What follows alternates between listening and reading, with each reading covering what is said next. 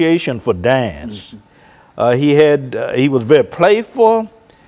He teased people a lot, and he used to tell a lot of jokes, and had this tremendous gift of folk wit, humor, and laughter. He loved to tell jokes about Negro preachers.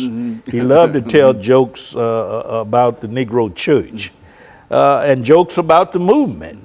So he was a very fun-loving person, and he found the energy, the inner resources to celebrate and enjoy life, despite the fact that he was receiving sometimes 40 telephone calls a day threatening his life. He was jailed some 20 to 25 times. His family was threatened.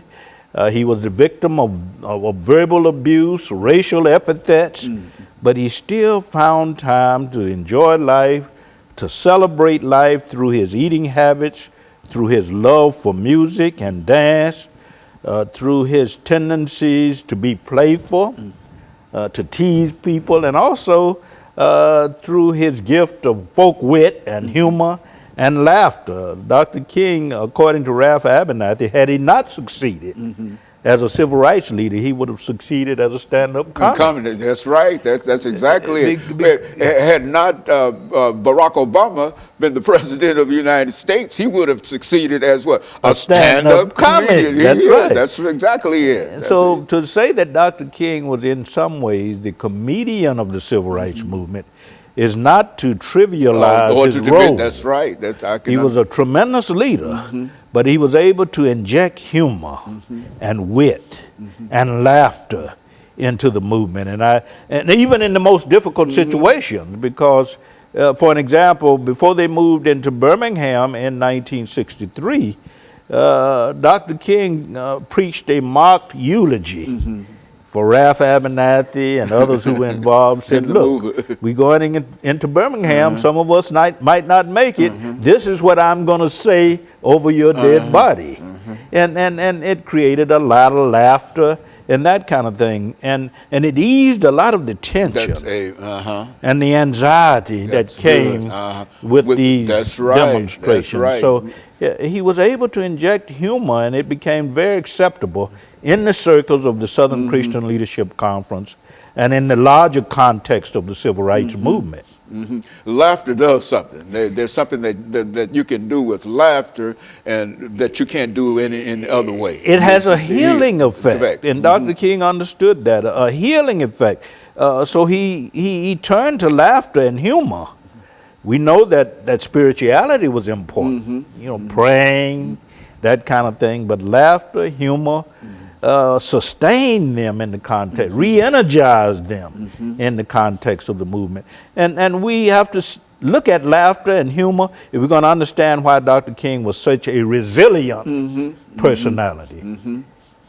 Yeah, he understood that. Yeah, he understood the importance of a good joke, a good statement that will bring about laughter at a special time has a healing quality and characteristic. And in that sense, he was part of a culture, because as far back as the days of slavery, you find that African Americans were able to laugh at their condition.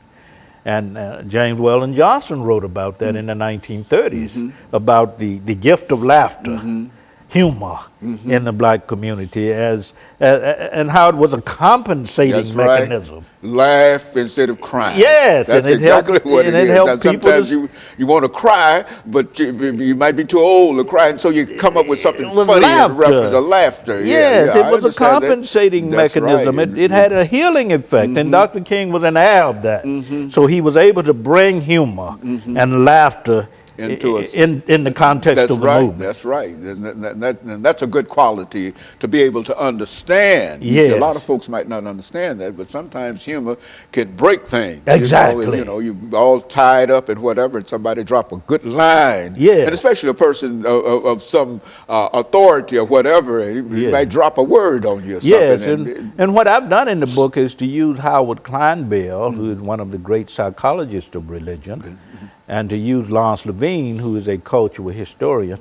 Kleinbell talks about the healing effects of laughter and humor, And Levine, of course, talks about laughter as a kind of compensating mechanism.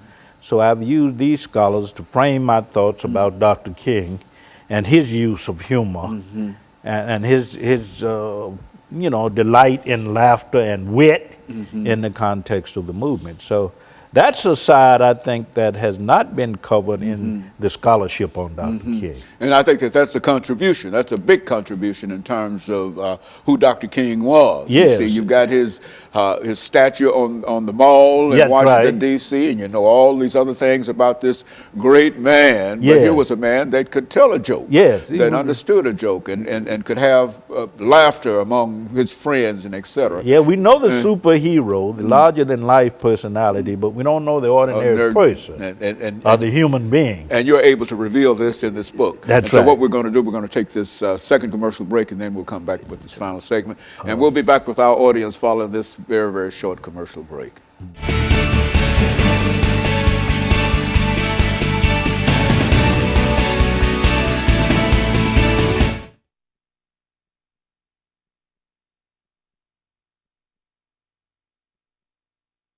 Yeah, sometimes you will laugh instead of crying. That's right. That's right. You know what I'm saying? Yeah, I see a lot of situations that you see, and I think I've said that on many occasions, looking at the continent of Africa and hearing some of the weird things that folks are doing in terms of stealing money and whatever, and then you laugh about it, but you want to, you laugh instead of crying. The only other alternative you have is to cry over it. That's part of the survival instinct, right. I think. That's exactly it. I think people, that's exactly it. Our people went through that a long time. Yeah, if you can't laugh, if you were a slave and you didn't have the ability to laugh, the man looked at you because you might be ready to start a revolution or something. Right. And so you don't want folk you wit and humor and laughter. That's right. That's right. Being able to laugh at your condition, right.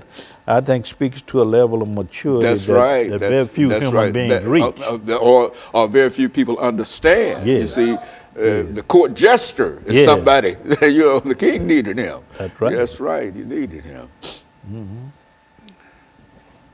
I certainly appreciate this. This is some excellent information. I think this really throws a different perspective in terms of Dr. Martin Luther King. He's still the man that had a dream. That's right. He worked his way up there. It didn't undermine his sincerity. Right. No, not at all. Not at all. Not at all. That's one of the great characteristics of being a leader, humor. That's If you're a leader, you can't laugh about things or have any kind of humor about things. Then you can't be a quality leader. Can't be a quality leader. So we've got this final 10 minutes.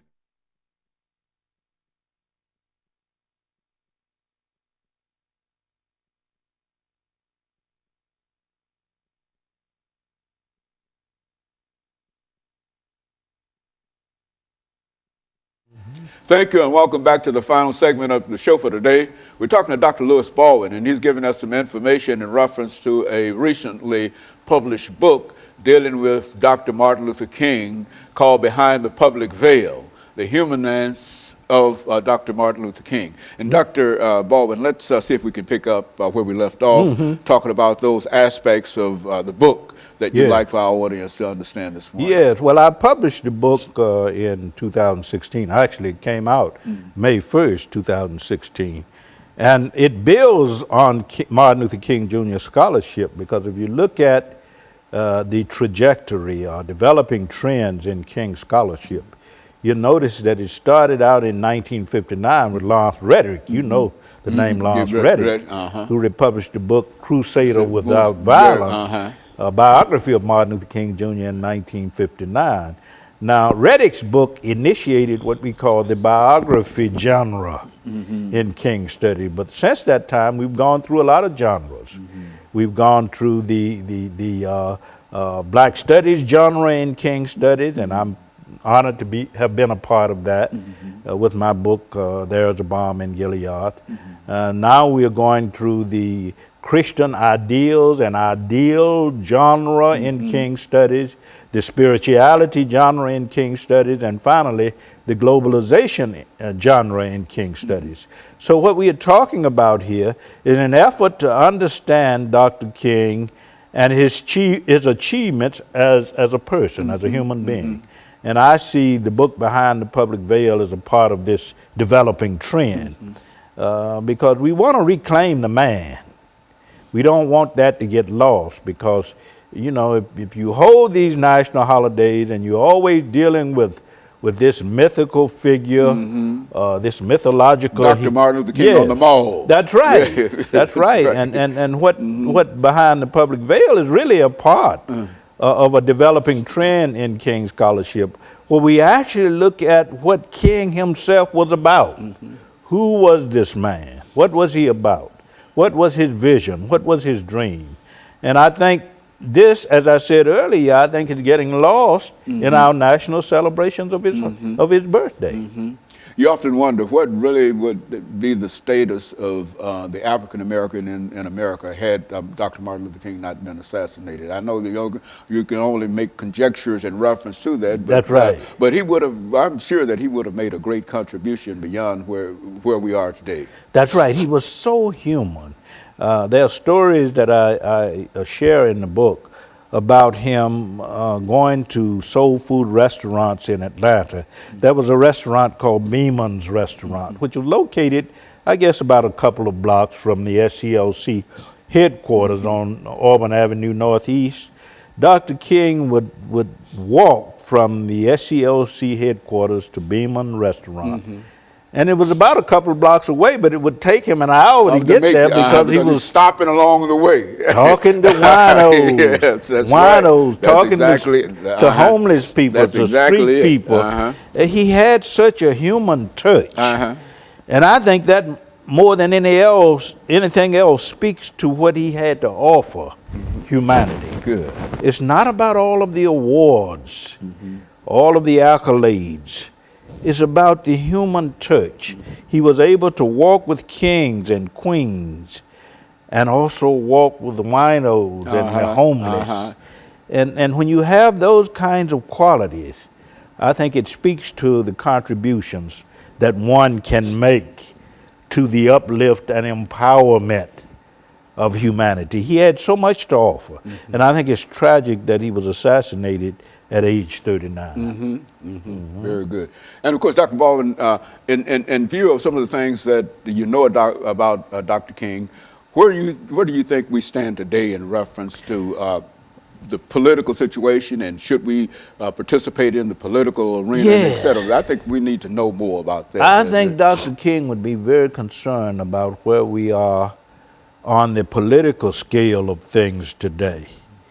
If you look at Donald Trump, if you look at what's happening with the Hillary Clinton campaign, Bernie Sanders, I think he would be very disturbed with the level of what I would call the unpresidential that's going on. Nature of all of that. The unpresidential nature of what's going on. Dr. King believed that one should exude a spirit of love, of acceptance, of virtue, of morality, even in the context of politics. And I think he would be disturbed with a lot of what's going on, but I think he would urge those who are concerned about the future of our nation, about the beloved community, bringing people together, irrespective of racial differences, class differences, religious differences.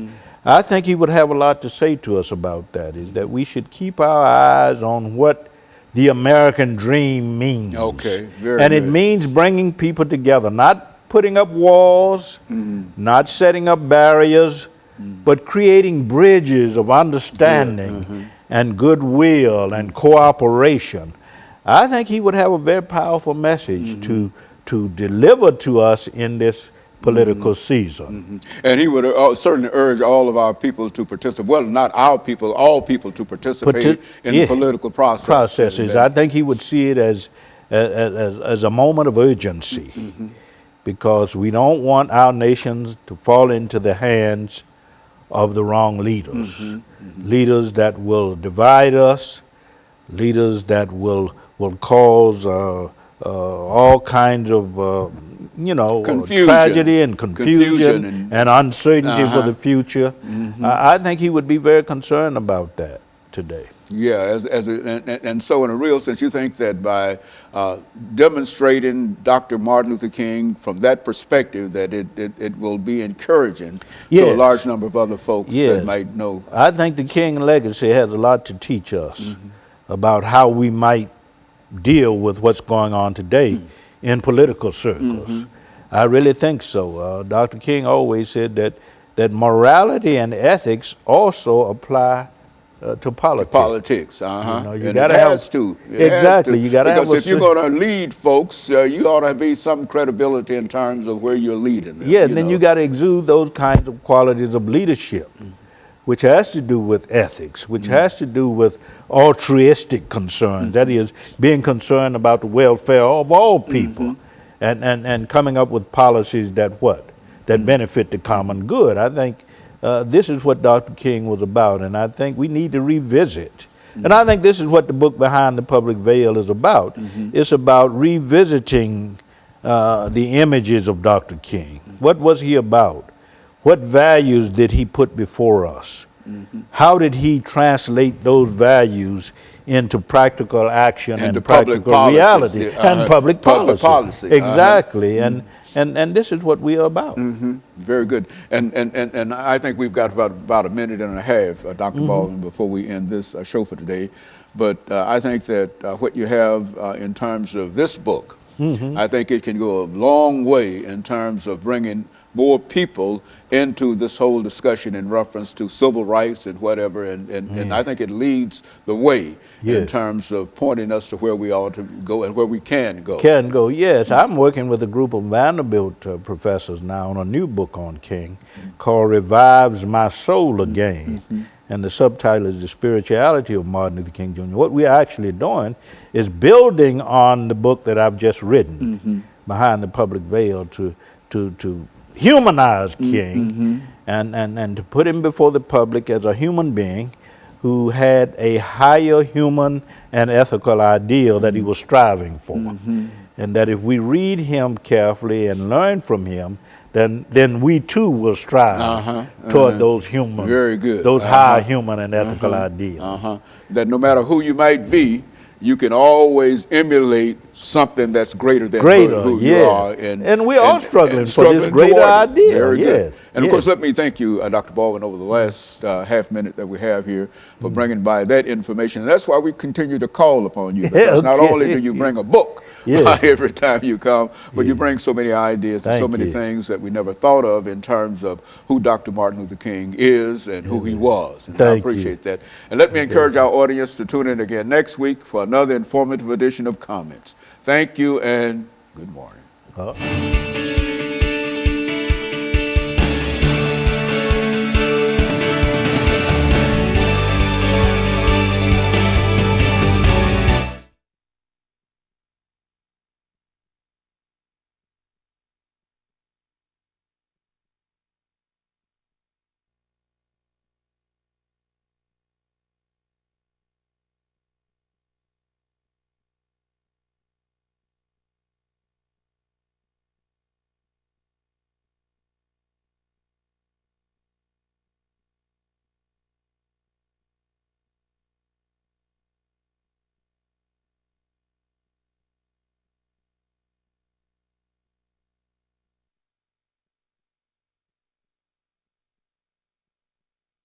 Johnny Beasley talk about you a lot. You know Johnny? Yeah. Uh-huh. Oh, yeah. Yeah.